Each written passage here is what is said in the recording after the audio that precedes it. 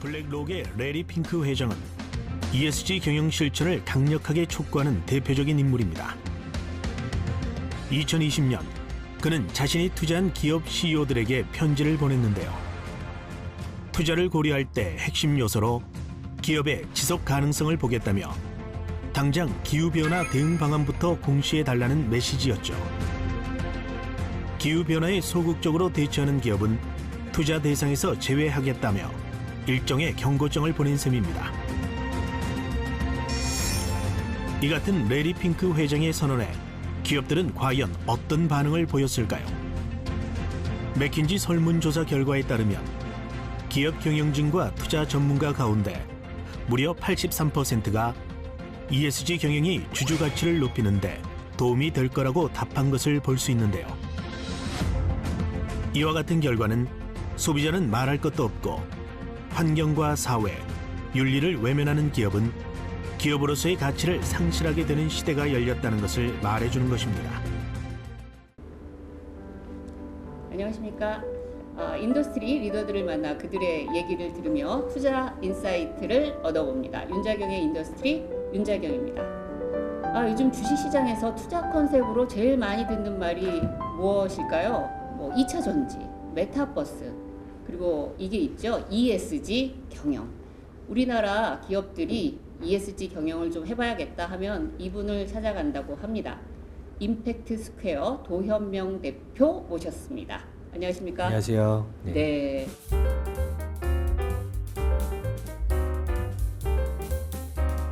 어떤 일을 하시는 건가요? 임팩스퀘어 2010년에 제가 창업한 회사인데요. 네. 이곳에서는 대기업들의 ESG 이행 과제를 설계도 해주고요. 또 어떻게 하면 그 일들이 비즈니스가 될 수 있을지. 그러니까 세상에 좋은 일도 돼야 되지만 주주에게도 기업의 임직원에게도 좋은 일이 될 수 있을지 그것들을 설계하고 또 컨설팅하는 일을 하고 있습니다. 또 스타트업 중에도 그런 ESG 스타트업들이 있어요. 소셜 벤처라고 우리가 맞습니다. 흔히 부르는. 예, 그 소셜 벤처들에게 초기 투자를 하고 키우는 그런 액셀러레이터로서도 역할을 하고 있긴 합니다. 직접 투자도 하시고 펀딩도 하시고 하는 그런 맞습니다. 역할도 또 하시고. 네. 저희의 관점에선 사회적 가치를 잘 만드는 것이 어떻게 비즈니스 경쟁력이 될 수 있냐. 이 연결성을 주목하고 있습니다. 지금이야 ESG다 그러지만 그 시점에 왜 이 비즈니스 자체가 돈이 될 거다, 이 ESG 경영이나 이런 부분이 커질 거다라고 예상을 하신 거잖아요. 그러니까 그 부분도 참 좀 뭐라 그럴까요? 좀 특이하다 이런 생각이 들어요. 글로벌에서 그런 사례들을 그 당시에 2007, 8년도에 네. 많이 나오기 시작했거든요. 예. 잘 알고 계시는 무하마드 유누스라는 방글라데시 출신의 한 경제학자가 그라민뱅크라는 마이크로 파이낸스를 만들고 인민은행이라고 불리는 맞습니다. 그 은행이죠. 예, 그 은행이 폭발적으로 성장하고 결국 노벨 평화상을 받게 됩니다. 사실 기업가가 그리고 은행이 같이 노벨 평화상을 받는 일이 흔치 않거든요. 처음이자 마지막입니다. 근데 그런 일들이 세상이 바뀌고 있다는 어떤 템포고 변화로 느껴졌고요. 해결할 수 있는 유일한 조직과 실력이 있는 기술이 있는 그런 사람들의 모임은 기업밖에 없다라고 하는데 컨센서스가 이루어졌다. 이게 이제 일시적인 유행이 아니라 이게 하나의 변곡점이다 이렇게 보셔야죠. 이제 우리 투자자분들 입장에서는 이제 개별 종목 투자를 하시는 분들도 계시고 펀드 투자를 하시는 분들도 있고 그럴 텐데, 자, ESG로만 포커싱을 해서 네. 본다면 요런 데가 ESG를 잘하고 경영을 잘하고 있는 거구나. 그러려면 요런 포인트를 보면 되겠구나 네. 하는 그런 좀 팁을 좀 알려주시죠. 네. 팁까지는 아니고 네. 제가 종목 추천할 수 있는 사람은 아니기 네네. 때문에 기본적으로는 그룹사 중에 SK그룹이 압도적입니다. 그래서 특정 종목이라기보다는 SK그룹이 이런 일들을 오랫동안 해온 것이 반드시 두각을 드러낼 거다라는 판단이 있고요. 네. 그리고 산업별로 좀 보자면 네네. 오히려 문제가 있는 산업군들을 좀 자세히 보셨으면 좋겠습니다. 네. 케미컬이나 이런 화학 분야는 폐기물 이슈에서 자유롭지 못하거든요. 얘네가 전체적으로 지금 어려움을 겪고 있지만 전체 수요나 시장의 흐름이 바뀐 건 아닙니다. 네. 그 얘기는 이 중에 두각을 드러내는 존재가 나오는 순간 굉장히 빠르게 승자 독식할 거라는 거예요. 아, 이 분위기가 굉장히 중요합니다. 이런 흐름들에 국내에 있는 화학사들이 큰 회사들이 많거든요. 그렇죠. 이들도 여러 가지 국리와 살 길을 모색하고 있고요. 그 결과들이 조금씩 나오기 시작할 거예요. 네, 네. 그 결과들을 잘 살펴보시면 좋겠다는 생각이 들고요. 저는 이 SG 중에 네. 홍보가 많이 되는 건 대부분 이예요. 그렇죠. 네. 이게 좀 이렇게 금방 명확하니까. 와닿기도 하고, 그쵸, 예. 그쵸. 수치화도 쉽고 네. 명확하고 돈도 좀 되고요. 그래서 이가 많은데요. 진짜로 이는 리스크 측면을 좀 더 잘 봐주셔야 돼요. 그러니까 뭘 하기 때문에 돈을 벌 거다 그거 되게 먼 미래의 이야기입니다. 환경은 기술 기반이기 때문에 정책이 뒷받침되지 않으면 네. 돈을 버는 게 그렇게 단기적으로 쉬운 일이 아니에요.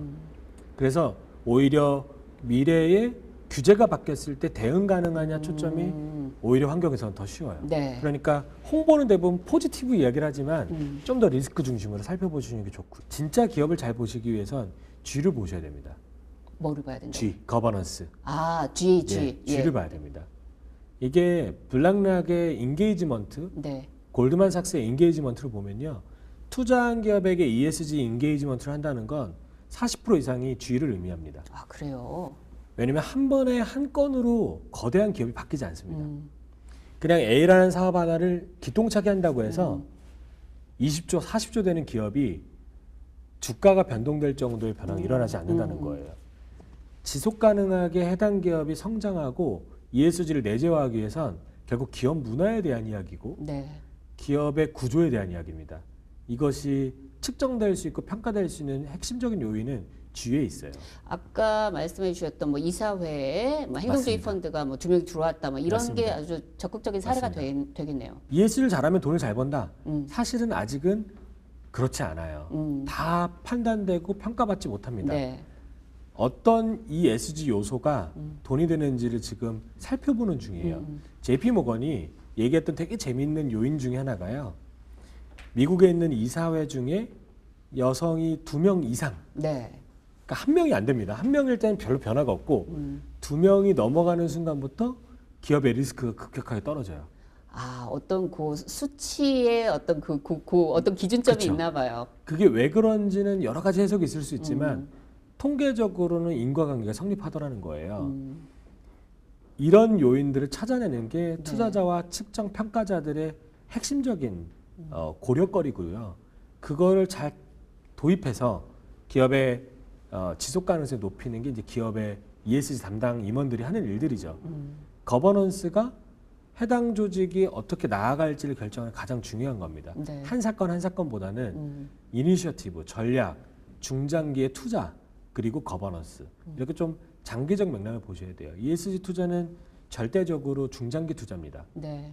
가치 투자고 중장기 맥락인 거예요. 네. 그래서 그 관점에서 준비하는 기업들을 보셔야지 오히려 캠페인으로 유튜브에서 몇 억 뷰를 내고 있는 이상한 노래 캠페인을 만든다. 저는 거기에 눈이 먼저 가긴 가더라고요. 그럴 수밖에 없긴 한데요. 그거는 오히려 네거티브 시그널로 받아들이셔야 됩니다. 할 수 뭔가- 있는 게 없구나. 아, 그래서 이걸 먼저 하는구나. 네, 할 수 있는 게 없구나. 있겠네요. 네. 비용을 쓰고 있구나 그냥. ESG를 잘못 이해하고 있구나. 얘는 위험하겠는데? 라고 생각하시는 게 오히려 정확도가 높을 정도라는 거죠.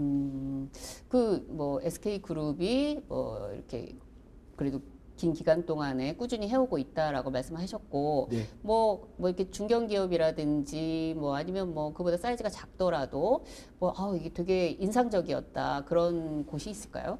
중견기업들도 많이 이야기를 시작하고 있고요. 저희가 되게 인상적으로 같이 일하고 있는 조직이 롯데케미칼입니다. 네. 롯데케미칼은 우리나라에서 페트 생산의 50% 정도를 책임 있는 회사예요. 근데 페트와 관련된 이슈가 커졌고 대응하기 위한 고민을 시작할 때 저희가 페트를 처리할 수 있는 방법이 3가지 있습니다. 네. 하나는 페트를 안 쓴다. 근데 이건 기업에 심각한 문제가 생기잖아요. 페트를 대체할 수 있는 소재를 만든다. 네. 엄청나게 오래 걸리는 일입니다. 전 세계적으로도 없고요. 3번째가 페트를 재생한다예요. 쓴 걸 다시 쓰는 그렇죠. 거 만들어서. 근데 롯데케미칼의 특장이 있죠. 롯데케미칼이 소재를 만들고요. 네. 롯데칠성이 그걸 병으로 만들어서 예. 칠성사에다 넣고요. 롯데 세븐일레븐에서 유통이 되고요.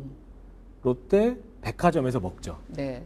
그래서 버려지는 겁니다. 모든 밸류체인을 갖고 있는 게 롯데그룹이에요. 이걸 한번 누군가가 수집해서 씻고 파쇄하고 정돈해서 다시 거기에서 재생할 수 있다면 one more loop, 사이클이 한 번 더 돌게 되는 겁니다.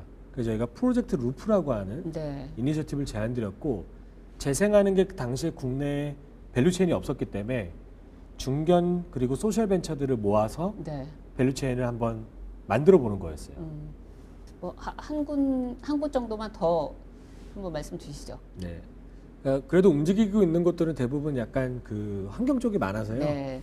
SK 에너지, 그러니까 SK 그룹이 있고 네. SK 이노베이션이 또 중간 그룹이 있고 거기에 자회사인 SK 에너지가 정유사입니다. 탄소 배출이 그렇죠. 어마어마하겠죠. 예. 탄소 배출권을 어느 정도 매입을 해야 되는 이 조직이에요. 근데 해당 조직이 탄소 배출권 그냥 매입을 하겠다는 조직이 굉장히 많은데도 그렇게 선택하지 않고 단기적으로 그럴 수밖에 없겠지만 포이엔이라고 하는 소셜벤처에 투자합니다. 그리고 이곳은 커피 찌꺼기, 땅콩 껍질 네. 이런 것들로 연료를 만들어요. 그러면 그 연료를 만든 것을 유엔이 인정해서 탄소 배출권을 줍니다. 땅에 썩어서 없어질 이 땅콩 껍질을 가지고 연료를 만들어서 태우니까 연료가 그만큼 덜 타잖아요. 석탄이 그만큼 덜 떼어지잖아요. 그만큼 탄소 배출권 인정해줘요. 이런 소셜 벤처에 투자를 하고 해당 조직과 대규모의 탄소 배출권 확보하기 위한 지금 노력을 계속하는 중입니다. 지금은 이제 어떤 큰 기업들을 중심으로 해서 이들이 얼마나 ESG에 관심을 기울이고 실질적인 자원 배분을 하는가라는 거를 이제 살펴보는 그거를 이제 말씀을 들었는데, 그거 말고 이제 거기에 그러면 또 큰 기업들이 그런 부분 신경을 많이 쓰게 되면 거기에 파생돼서 이제 어떤 사회적으로 여러 기업들과 비즈니스에 영향을 줄 거잖아요. 맞습니다. 네. 그런 차원에서 눈여겨봐야 될 부분이 뭐가 있을까요? 네. 일단은 두 가지로 나눠서 말씀드리면 첫 번째는 실제로 그게 영향을 줍니다. 네. 대기업들 중에 포스코나 LG 화학 같은 경우엔 본인들이 협력사들에게도 네. ESG 포인트를 요구하고 있어요. 몇 점 이하는 거래하지 않겠다는 겁니다. 결국에는 이게 밸류체인을 타고 흘러서 갈 거기 때문에 특히 중견기업들을 주목해서 보실 필요가 있어요. 네. 그러니까 코스피의 2조 원 이상의 기업들 말고 코스닥에 있거나 코스피에서도 좀 작은 자산 규모를 갖고 있는 기업들은 직접적으로 정부의 요청을 받고 있지는 않지만 네. 본인들의 납품처에서 강력한 요구를 받을 수 있다는 거죠. 네. 이 변화가 대기업이 맞이하는 것보다 더 드라마틱합니다. 그러니까요. 갑자기 계약이 끝나거든요. 네. 그 포인트가 있고요. 그리고 ESG 경영의 또 다른 특징은 하나의 개별 기업에만 적용되는 개념이 아니라는 것. 오늘날 기업들이 촘촘한 그물망처럼 가치 사슬로 맺어진 이상 협력회사나 납품회사 또한 ESG 경영 실천에 동참해야 하는 것이죠. 애플의 ESG 경영을 평가할 때 애플 자체의 ESG 경영뿐만 아니라 애플에 공급한 업체들의 ESG 경영까지 평가하기 때문에 애플이 협력업체들한테 ESG 경영과 관련된 기준들을 세워주고 그 기준대로 잘 하고 있느냐 아니냐를 평가해서 잘 하지 않으면 더 이상 그 기업으로부터 구매하지 않겠다.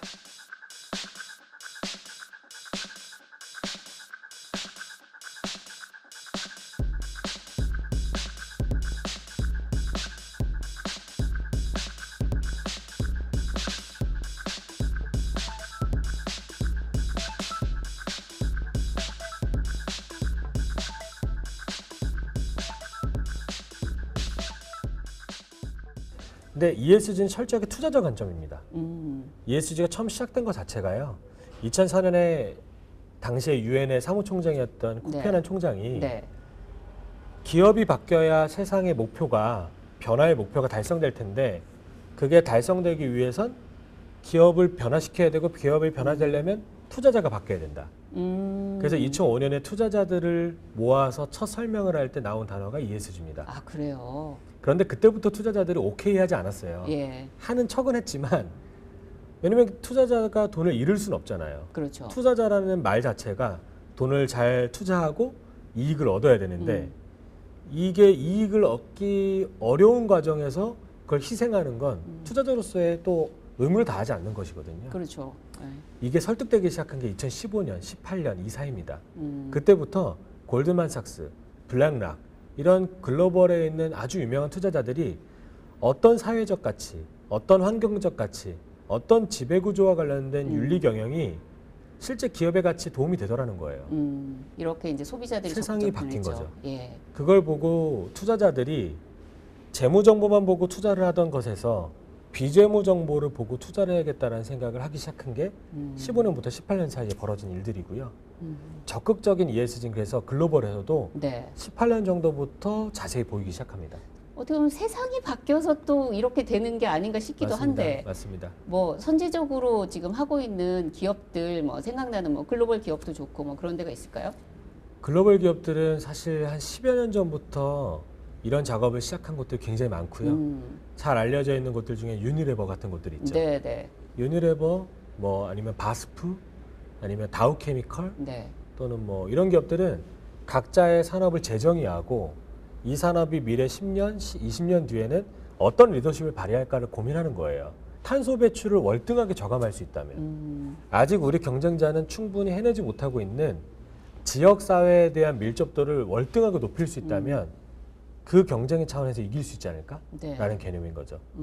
이 개념에서 유니레버 같은 곳들은 네. 어떻게 하면 우리가 그냥 이 새우를 사오는 데에서 저기 기업에서 사올 때 탄소 배출 저감할까가 아니라 새우가 잡힐 때부터의 모든 것들을 추적 조사합니다. 네. 그래서 일종의 슈림프 이니셔티브라고 하는데요. 아, 그래요. 유니레버의 미국에 있는 매장에서 이 새우가 팔릴 때까지 최소 10개에서 16개 정도의 밸류체인을 통과한다고 합니다. 그 전체 대단하네요. 밸류체인을 다 조사하는 거예요. 야. 거기에 아동노동은 없는지, 네. 지나친 환경오염이 되고 있진 않은지, 패키지를 줄일 수 있진 않은지 이 고민을 했을 때 가장 윤리적이고 지속가능한 새우가 생겨나는 거죠. 결국 해당 기업이 ESG를 잘한다 못한다는 것은요. 결과기 때문에 우리가 예측하는 데 어려움이 있지만 네. 얘네가 열심히 하고 있다 아니다는 의사결정이 바뀌는 걸 보시면 됩니다. 네. 여기서 지금 의사결정 말씀하신 거는 아주 쉽게는 이 어떤 버짓, 예산을 어디에 배분을, 자원 그렇습니다. 배분을 어디에 많이 그렇습니다. 하는가 그게 좀 결정적이라고 맞습니다. 보면 될까요? 맞습니다. 예전에는 투자하지 않았을 것 같은 일에 투자하게 되는지, 예전엔 당연히 했을 일들을 ESG 때문에 포기하게 되는지, 얼마나 이 영역에 예산이 투입되기 시작하는지, 인적 자원, 뭐 물적 그렇죠. 자원 이런 맞습니다. 부분이 그거를 주목하면 되는 겁니다. 네. 근데 그게 외부에 많이 공표가 안 되다 보니까 그렇죠. 저희처럼 그 속에 이렇게 들어가서 컨설팅하는 조직들은 빠르게 내용을 이해하고 이 기업은 가겠는데 뭐 이런 느낌들을 본다는 거죠.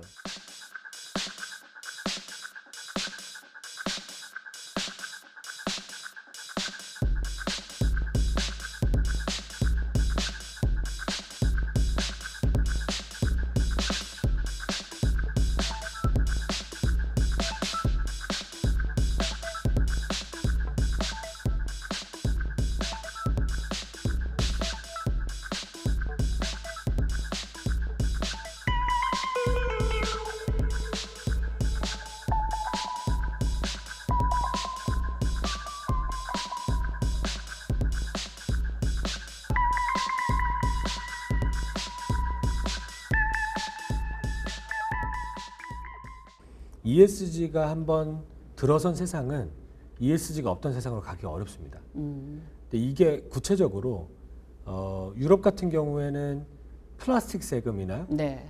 탄소세, 국경을 넘어갈 때 탄소세들이 적용되기 시작했잖아요. 이때부터는 우리의 실전이고 경쟁력이 악화되냐 성장하냐의 싸움입니다. 그러니까 ESG는 무조건 해야 되는 거예요. 이런 뭐 ESG라든지 뭐 사회적 가치라든지 뭐 이런 거 관련해서 기업들 뭐 평가 이런 것도 하신다고 들었거든요. 예, 저희가 창업할 때부터 굉장히 중요하다라고 생각했던 게 사회적 가치를 어떻게 정보화할 것이냐에 대한 이야기였어요. 그러니까 돈을 잘 번다. 그러면 1억, 10억, 100억 이런 수치가 존재하는데 사회적 가치를 잘 낸다라는 것은 수치화되지 않는 거예요. 사회적 가치를 측정하고 평가하는 연구 그리고 그 작업들을 2010년 창업 때부터 네. 지금까지 지속해오고 있습니다. 엑소모빌이라고 하는 이제 네. 글로벌의 가장 거대한 정유사 중에 하나. 그렇죠. 이 엑소모빌이 작년에 이사회 2명이 행동주의 펀드로 바뀌었어요. 어. 그러니까 사실은 굉장히 말도 안 되는 일입니다. 어떻게 보면 탄소 배출에 상당한 책임을 지고 있는 석유 회사가 2명의 이사회 자리를 10명인가 그렇거든요. 네. 거기에 2명의 자리를 행동주의 펀드, 환경에 대해서 강력한 주장을 하는 펀드들에게 뺏겼다는 거죠. 네. 근데 그것이 된 가장 큰 이유는 시민사회의 움직임이 아니고요. 네. 블랙락 같은 투자자들이 요청했기 때문입니다. 아, 네. 엑소모빌이 이들의 말을 듣고 미래를 준비하지 않으면, 쉽게 얘기하면 ESG 경영을 제대로 하지 않으면 우리가 갖고 있는 지분의 가치가 떨어질 거라고 판단했기 때문이에요. 투자자가 그렇게 움직이니까 기업들이 바뀌는 겁니다. 야, 벌써 이렇게 시선이 바뀌고 있구나 하는 생각을 했습니다. 글로벌의 지금 ESG 추정 펀드를 네. 최대 하나로 보면 4경 원이 넘습니다. 4경원이요? 예, 예. 어. 그러니까 전 세계의 포트폴리오를 생각하더라도 꽤 이제 손가락으로 셀 수 있는 퍼센테이지가 된 거예요. 예. 그러니까 이 돈이 움직이면 주가가 움직입니다. 그러니까 영향력을 고려한 기업들의 움직임도 강해지는 거죠. 네. 단순히 주식 투자만이 아니라 채권도 이렇게 움직이고요. 그렇죠. 이제 이 거대한 영역들이 움직이기 시작하면 반응해야 되지 않을까 생각합니다.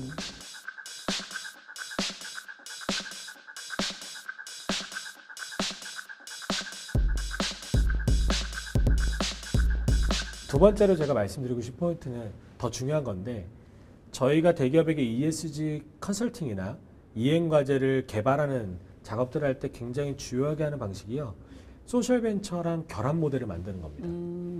왜냐하면 ESG는 어쨌든 2020년 11월부터니까요 대기업들에게 익숙하지 않은 주제예요. 내부의 고유 자산이나 전문성이 부족한 영역입니다. 근데 소셜 벤처는 짧게는 2, 3년, 길게는 10년 전부터 해당 주제를 연구해오고 기술 개발해오고 사업을 해오던 조직들이 있는 거예요. 네. 이들과 연합하는 오픈 이노베이션. 그러니까 과거에 R&D가 내부에 있는 연구소에서 주로 클로즈드 이노베이션으로 그러니까 진행됐다면, 인하우스에서 그렇죠. 했다면 경제연구소처럼 연구소들에서 됐다면, 최근의 트렌드는 기술 개발도 오픈 이노베이션이거든요. 외부에 있는 벤처에서 네. 블록체인이 뜨면 블록체인 기업을 사는 거죠. 네. AI가 뜨면 AI 스타트업을 M&A에서 그 내재적인 역량을 키워야지, 그걸 내부에서 연구해갖고 배양하려면 너무 오랜 시간이 걸려요. 시장은 빠르게 변하니까요. ESG도 마찬가지입니다. 기술 기업에서의 오픈 이노베이션처럼 ESG 이노베이션은, ESG에 대한 혁신은 네. 오픈 이노베이션 방식이 굉장히 유효합니다. 그리고 그 파트너는 소셜 벤처예요. 네. 그래서 저희가 소셜 벤처를 키우고 ESG 기업의 어떤 사업을 만들어서 협업 구조를 결성시키는 게 저희 시그니처 프로그램이거든요. 네. 오늘 말씀 여러 가지로 감사하고요. 네. 임팩트 스퀘어 또 계속 기대하면서 보겠습니다. 네, 감사합니다. 산업을 알아야 종목이 보입니다. 윤자경의 인더스트리, 저희는 다음 시간에 뵙겠습니다. 감사합니다.